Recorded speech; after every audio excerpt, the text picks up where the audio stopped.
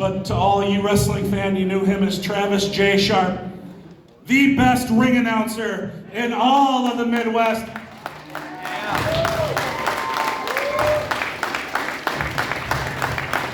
For those of you that had the honor and privilege of knowing Travis, Travis was one of the most genuine, kindest, just funniest dudes you could ever meet and hope to encounter. And he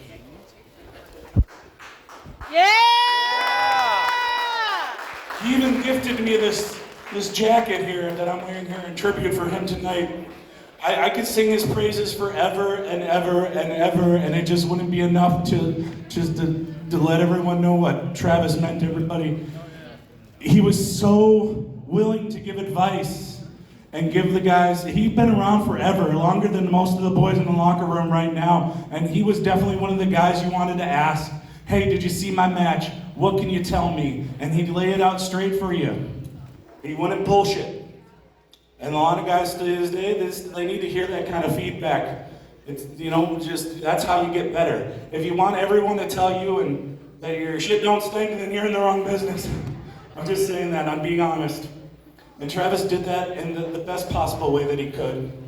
And a lot of those guys, I hope you understood what kind of privileges that was to get that feedback from him. Yeah!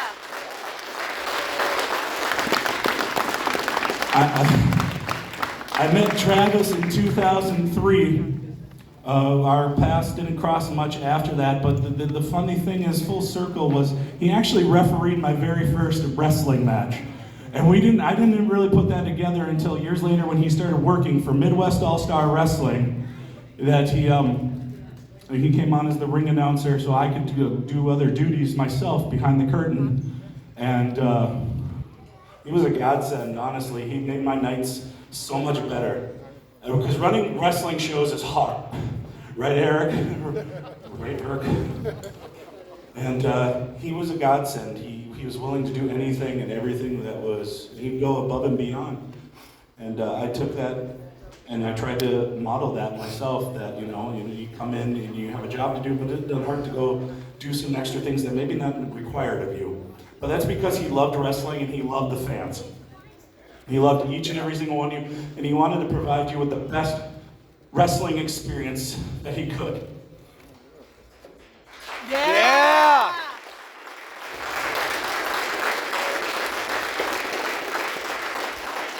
And when he started, our working relationship started to turn into something more.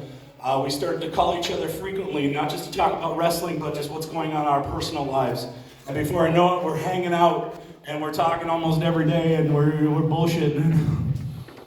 I didn't think this late in my life I'd ever have a best friend that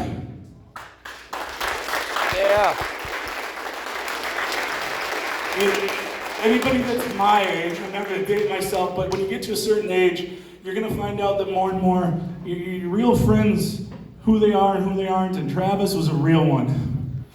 He was willing to do almost anything to please anybody. He was definitely a people pleaser, and I wish he was still here, because I'm waiting to get that text message tonight, like he always would text me after these shows. How was Discover Pro? And then we'd call and we'd have a couple-hour conversation just talking about wrestling. And it's going to be really hard to go home tonight and not get that text, not get that call. But I could go on and on, but we do have a very special video package, and then after the video package, if anybody from the locker room or anybody else would like to share a story or a memory of Travis, we definitely encourage you to. Please take a look.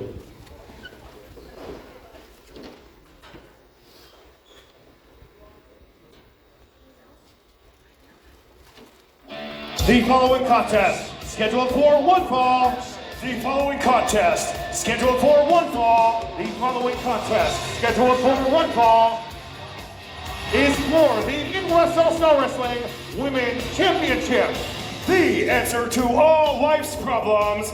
This is Joe Hendry. His opponent, about to make his way to the ring, he hails from the other side of darkness, weighing 256 pounds, former WWE superstar, Gangrel. I'm standing here at ringside with Lucha Lady, Maggie Lee. A very impressive victory here tonight, live from Faribault, Minnesota. And these fans are loving every minute of it. What can we expect from the future here in MAW for Maggie Lee?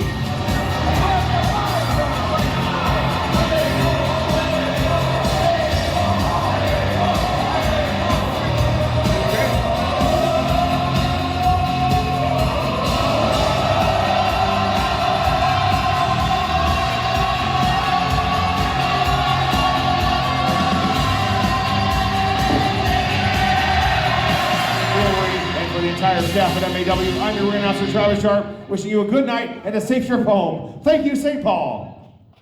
Yeah!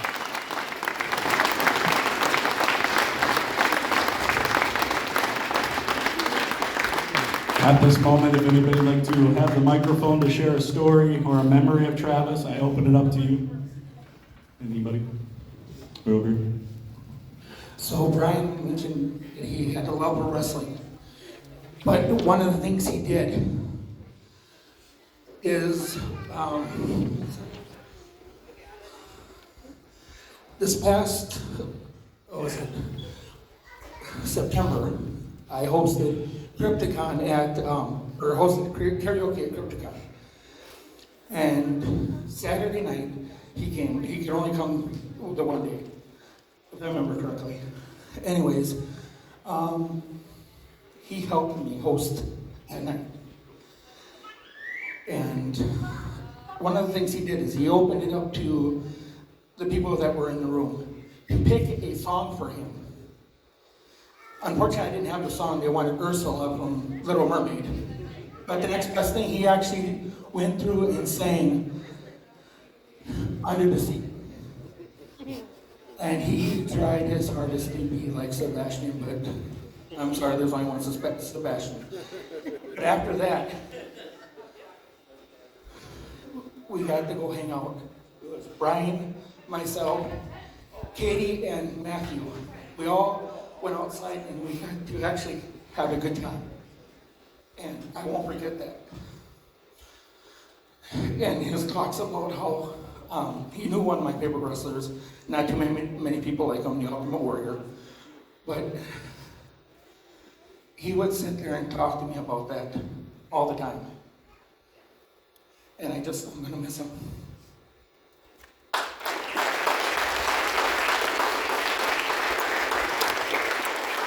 Anyone else? Rick or Coach? I'm gonna cut somebody off. That's cool. Well, Brian said he didn't want to date himself, but I'm gonna date myself because we went to camp together, over 25 years ago. 25 years ago, and you think you're gonna know these people your whole life, right? You said he refereed your first match. You ring announced my first match because we used to go down to camp on a Saturday in Danbury, Wisconsin, and we would train in the morning, and then we would pack up the ring and load it up and drive to the show and set up the ring. And we were in camp, we were trying to get the ring set up. We'd be taking bumps before the show and training, and then we would all have jobs to do. And I was too tall to be the ring announcer, so I would either do commentary if they were taping it, or I would do backstage interviews, and Ken Patero would make me just stand like this next to the wrestler I was interviewing, so I looked shorter. And some of the smaller guys were referees, and Travis was the ring announcer, and he had never ring announced before. He did aspire for it because he wanted to be a wrestler. And I remember him just sitting in the backstage for some of those first shows with his little index cards, thumbing through them and just kind of shoulders slumped, and he would go out there and as soon as he get to that crowd, he would turn it on, because I think the ring announcer is one of the unsung heroes of wrestling. It's a hard job, and it's a thankless job. I think it's often a thankless job, and the referees and everybody else, working all the other jobs, because you've got to start the crowd up, you've got to fire everybody up while I'm bringing everybody down, and you're going to try to keep the momentum going through the show, and Travis could do that. And he wrestled and he scratched that itch and he lived that dream, but he came back to as a announcer full time for all these years. And I just saw him earlier this month. It's unbelievable. And you know, I just miss my friend. And I just, you know, Minnesota independent wrestling, just, you know, we lost cornerstone. So I just thank you for letting me say something. Thank you very much.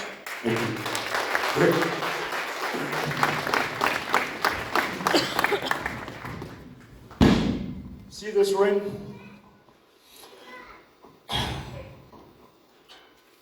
I helped set this ring up today, along with the help of many others. You all know who you are. Travis showed me not just how to set up a ring, but to look for the little details that a lot of people don't, you guys probably don't notice out there. But a lot goes into putting this thing together to make sure it's what we call a show type in the business. Because if anything is even like a half an inch, quarter of an inch off, guess what? Somebody's going to get hurt. And he showed me just every time I tie one of these onto the ring or tighten a turnbuckle or sweep a piece of crud off the mat or the floor, it's because he taught me how to have an eye for detail like that. And you know, I'll miss him, and I'll miss his jokes. And you guys ever see the movie Full Metal Jacket? Yes. Yeah. Oh shit, I can't hear you. Sound like you got a pair. we were always quoting old Sergeant R. Lee Ermey, the gunny, and just among other things. I'm not gonna take up too much time here. We got a show to do, but Travis, we love you, brother, and fly high. Yeah. Anybody else? Dustin.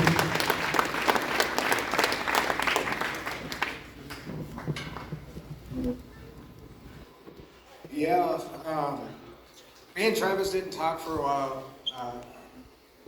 and then when I had my heart attack, he got back in contact with me.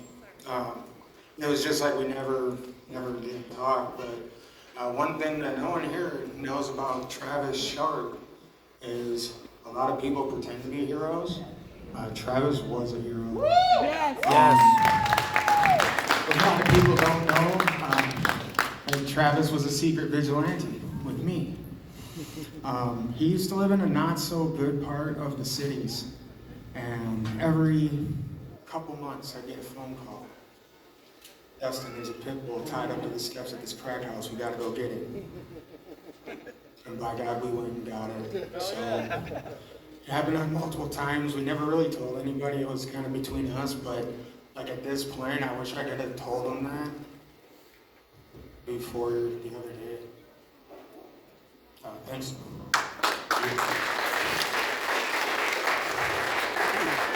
Anybody else that would like to say a few words? Keelan?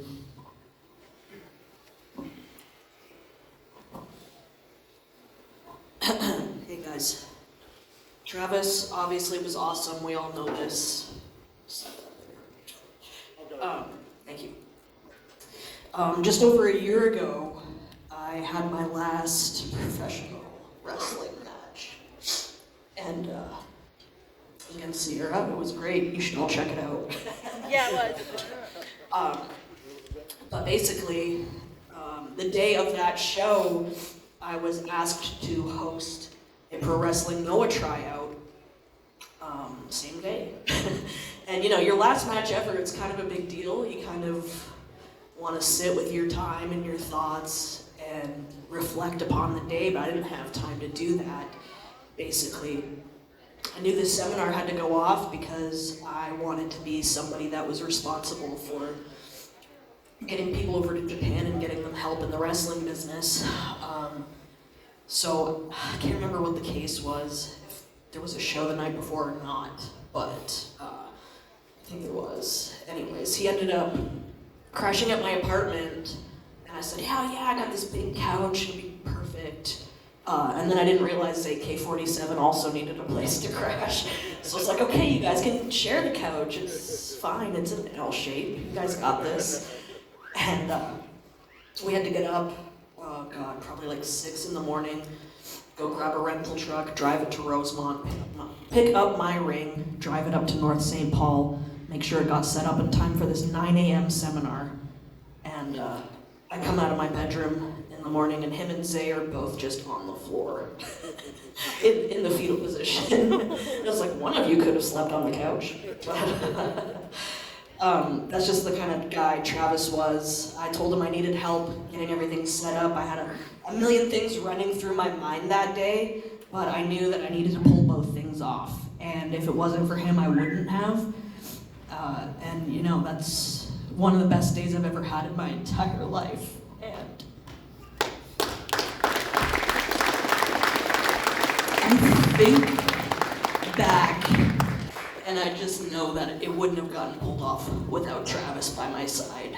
And you guys don't know them, but Bryce Hallerich, John Davidson, both in Pro Wrestling Noah, both doing great things in pro wrestling. And God, man, thank you so much, Travis. You are for sure a Hall of Famer, Travis Sharpe!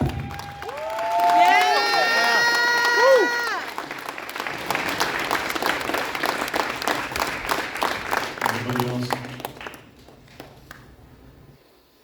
At this moment, I'd like to do our time-honored tradition of the 10-bell salute to Travis Lindquist, aka Travis Sharpe.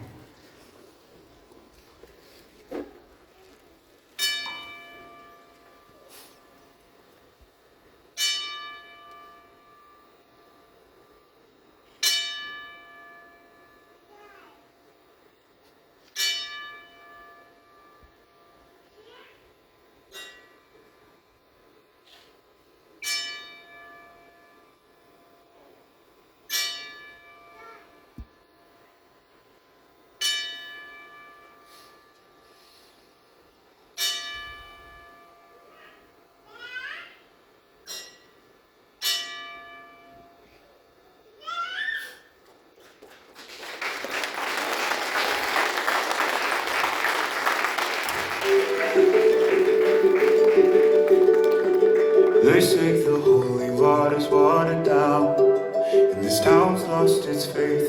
Our colors will fade eventually, so if our time is running out, day after day, we'll make the Monday our masterpiece. One last thing I'd like to leave you all with. If you know anybody that might be suffering and needs a hand, and if you just got that feeling, don't be afraid to reach out to them. And if you feel like you need to reach out to somebody, just know you're not a burden. Reach out to somebody. If you're feeling pain, if you're feeling hurt, just talk to somebody, please. You can figure it out. We can all work together, right, guys? I love you, Travis.